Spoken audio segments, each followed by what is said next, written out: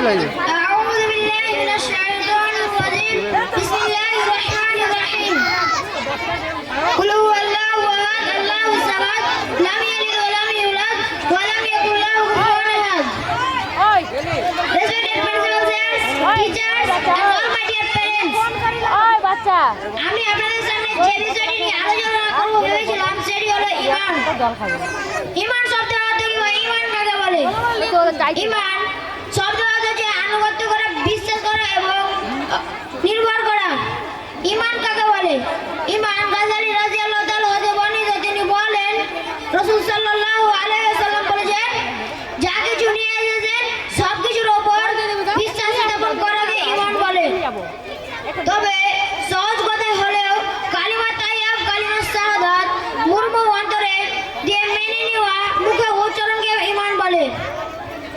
যেখানে আল্লাহ তাআলাকে এক সত্যতা হিসাবে মেনে নেওয়া এবং মুহাম্মদ সাল্লাল্লাহু আলাইহি ওয়াসাল্লামকে রাসূল হিসাবে গ্রহণ করা ঘোষণা রয়েছে। ঈমান ছাড়া ইবাদতের গ্রহণযোগ্য নয়। যদি কোনো আমল দেখতে যত নেক মনে হোক না কেন, তা আমল ঈমান না থাকলে তার কোনো কাজে আসবে না। এর কারণ ঈমানদারগণ ব্যক্তি ছাড়া যত বড় ভালো কাজ করুক না কেন, আল্লাহর কাছে তার কোনো মূল্য নেই।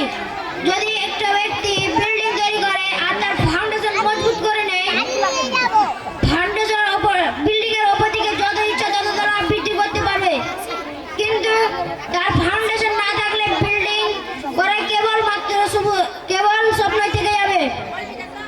যদিও ইট বালি দিয়ে তৈরি করে একতলা দাঁড় করে যে কোনো মুহূর্তে ভেঙে যেতে পারে, তেমনি ঈমান 7টি বিষয় ছাড়া কোনো বিশ্বাস করাকে ঈমান বলে। 7টি বিষয় হচ্ছে: আল্লাহকে বিশ্বাস করতে হবে, আল্লাহ পাঠানো কিতাব বিশ্বাস আনতে হবে, আল্লাহ ফেরেশতা সমস্ত ফেরেশতার উপর বিশ্বাস আনতে হবে, আল্লাহ রাসূলের প্রতি বিশ্বাস আনতে হবে, পরকালের প্রতি বিশ্বাস আনতে হবে, আবার মৃত্যুর পরে জীবিত হবে তার উপর বিশ্বাস আনতে হবে। এই 7টি বিষয়ের মধ্যে সর্বপ্রথম বিষয়টি হচ্ছে আল্লাহর পরিচয় জানতে হবে। Thank you. এটাই আমার বক্তব্য শেষ করছি।